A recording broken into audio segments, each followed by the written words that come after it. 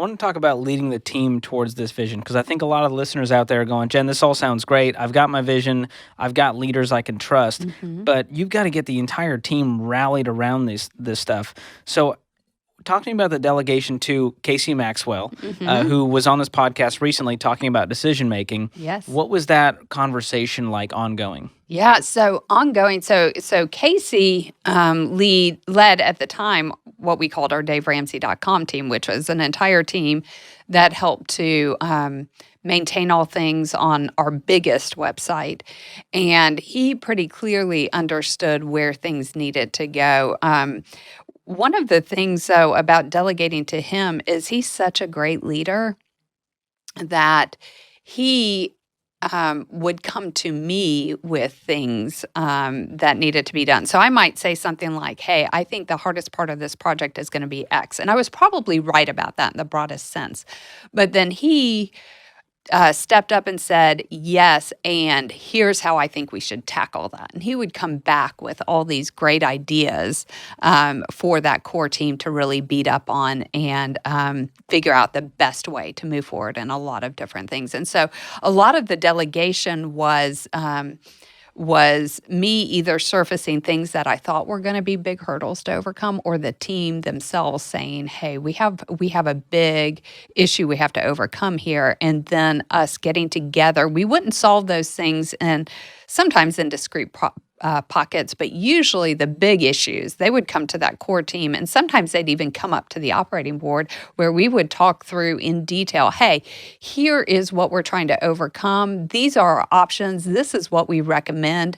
Do you guys agree? We wanted to make sure that a project this big, that leadership all the way up to the top and all the way down to boots on the ground, implementing the code changes, understood everything and was on board with the decisions we were making. So it sounds like there's a lot of proactive communication happening, ongoing communication, and you guys are meeting regularly to make sure that we're on track, we're on pace, you're getting rid of the blockers that are in the way and helping to make those decisions. Yeah. Can I say something about the communication? Yes. The communication was something that we stubbed our toe on a little bit early, and we realized that, hey, we're going to have to do communication totally different than we have before. And we identified different stakeholders or groups of stakeholders within the company that needed different types of communication. And sometimes those stakeholders really needed to be actively speaking into the decisions. And we kind of mapped out a plan for communications, and then we would adjust it as we needed to. As we were going. And even to the point that probably at least once a month, we were talking to the entire company at our staff meeting about this project so that they were understanding where we were as we were going. It was like we were trying to have ongoing communication about where things were at in real time, so that if there were things that we weren't thinking of, then the people that really knew those things would have a venue to come and talk to us about them. Yeah, I remember that ongoing communication with the team, and it was at least once a month of, hey, here's where we're at, here's where things are. Even if it didn't affect us, it was great for the team to understand the why behind it, the fact that we're tracking along, and here's where we could use your help. And we had a lot of team members jump in to help out, just going, hey, make sure the links work on all these pages that exist out there so that we can make sure the customer has a great experience. Yes. I want to talk about momentum and excitement, because that can be hard for vision, because we're talking long term, and I can get excited for a day, but it's going to be really hard to maintain that level 10 excitement for a year. So how did you keep the momentum and excitement going for the team working on this? Yeah, we just tried to have a lot of fun while we were doing it. So, we came up with a code name for the project. We called Gotta have a code name. We had a code name, and those are always fun.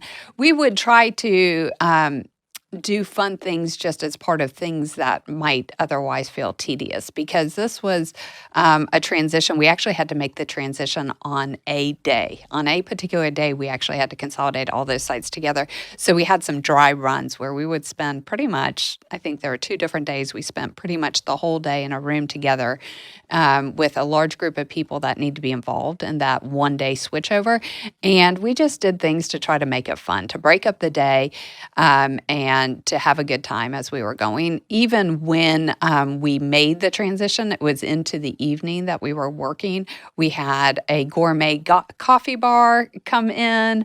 We partnered with our live events team who always makes things fun. And we had all of the different domains we were consolidating up on the wall, and we had a light underneath each one of them. And every time that we switched one over to the mothership, the new RamseySolutions.com, we turned off that light and we had a little celebration. We had, red flags and green flags on each of the tables where groups of people were working. And if they came across a blocker, they'd put their red flag up, and then the right people could come around and help solve that blocker. Like, we really tried to have fun. We cheered, we enjoyed ourselves, we joked around, and we had a good time. Yeah. And of course, at Ramsey, we love a good sticker.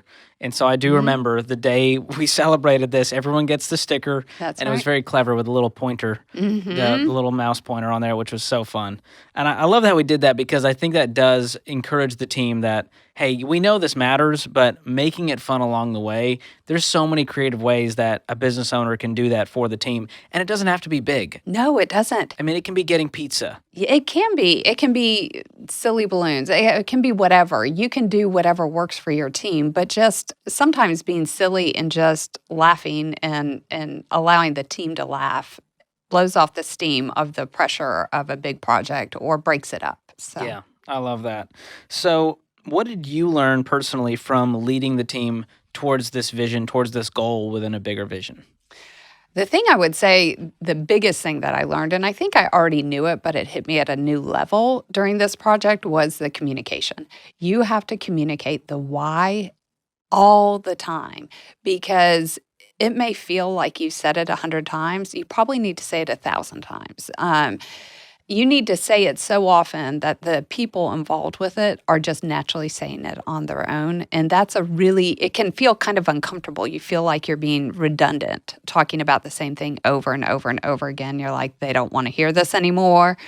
But really, it's important. It's important that everybody keeps that front and center, because the why is what pushes us through the hard work and what pushes us to the best solutions to a given problem. Yeah. And when you're talking about the why and getting people to care about this thing as much as you do, obviously at Ramsey, we try to hire people who care already.